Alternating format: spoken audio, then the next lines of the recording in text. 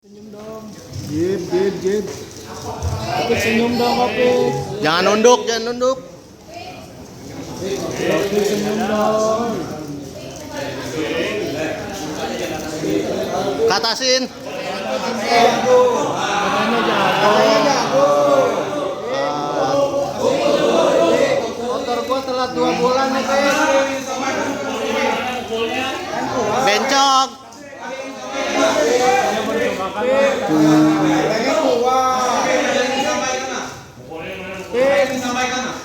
Kicau mania dong, oke.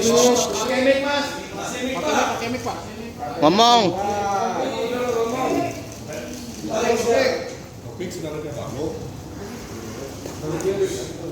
Pik.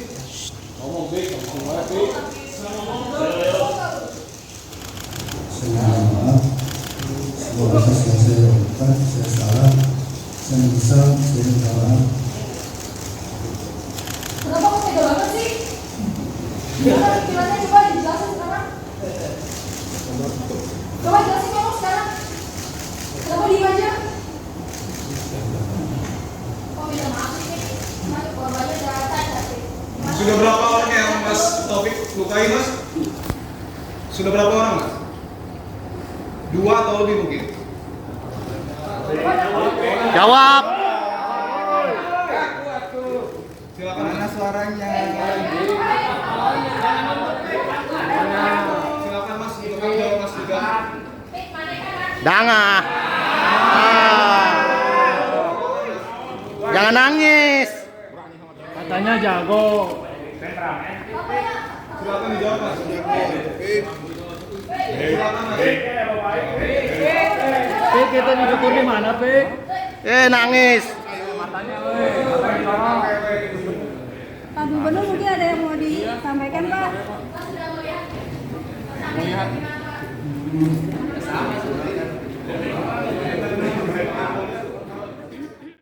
Pada Kapolda Jabar dan seluruh jajaran yang dengan cepat melakukan tindakan untuk melakukan penangkapan terhadap pelaku kejahatan sistemik di luar batas kemanusiaan, Saudara Taufik Hidayat.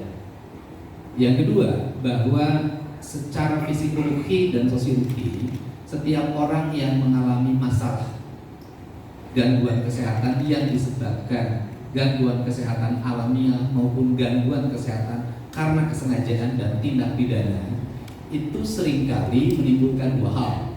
Yang pertama adalah BPJS tidak menjamin klaim terhadap peristiwa yang terjadi, dan saya sudah menempuh ratusan yang saya tangani. Yang kedua adalah pihak keluarga juga akan berhenti bekerja karena harus fokus mengurus korban. Terhadap kedua hal itu, setelah saya datang ke sana dan saya tidak sanggup untuk bertemu, saya begitu melihat tadinya sudah gagah pengen melihat, pengen ngajak ngobrol, tapi begitu di pintu saya mundur dan minta Bu Doksis untuk ngobrol. Bu Doksis ternyata lebih laki-laki dibanding saya.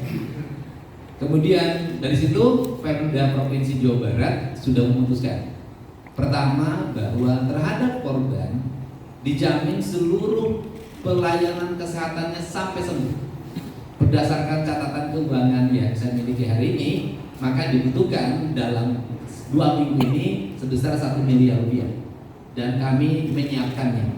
Tidak usah lagi cari donasi kesana kemari, tetapi yang berdonasi dipersilahkan untuk membantu kehidupan keluarganya dan masa depan korban. Yang kedua, terhadap keluarganya, sejak saya berkunjung sampai hari ini, kami pastikan berhenti bekerja, tetap merawat, terjamin kehidupannya. 2 hal itu sudah, sehingga keluarga korban dalam keadaan tenang, minimal tenang, tidak memikirkan kebutuhan-kebutuhan keseharian. Yang berikutnya adalah tindakan untuk ke depan. Cara berpikir kita yang berorientasi uang dan semakin lemahnya aspek tata kelola pemerintahan pada level terbawah itu mengakibatkan AB-nya terhadap setiap peristiwa. Tradisi tamu lapor 1 kali 24 jam hari ini sudah hilang. Rata-rata para ketua RT, para ketua RW tidak memiliki data siapa yang berkunjung. Yang kedua, tradisi membawa identitas pribadi saat menginap hari ini hilang. Bisa jadi identitasnya dihilangkan ketika yang diajak menginap adalah bukan istrinya. Nah, Ini yang harus menjadi kebijakan sistemik agar tidak menjadi proses masa depan. Maka saya pastikan bahwa besok saya akan mengeluarkan surat edaran. Intinya adalah instruksi pada seluruh jajaran RT RW, walaupun itu kewenangannya di bawah Bupati Wali Kota, untuk segera membuat sistem data di RT RW-nya masing-masing.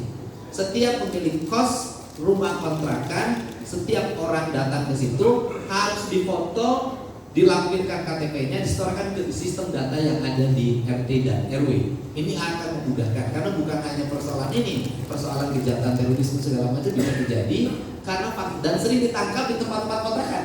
Ini kan penting.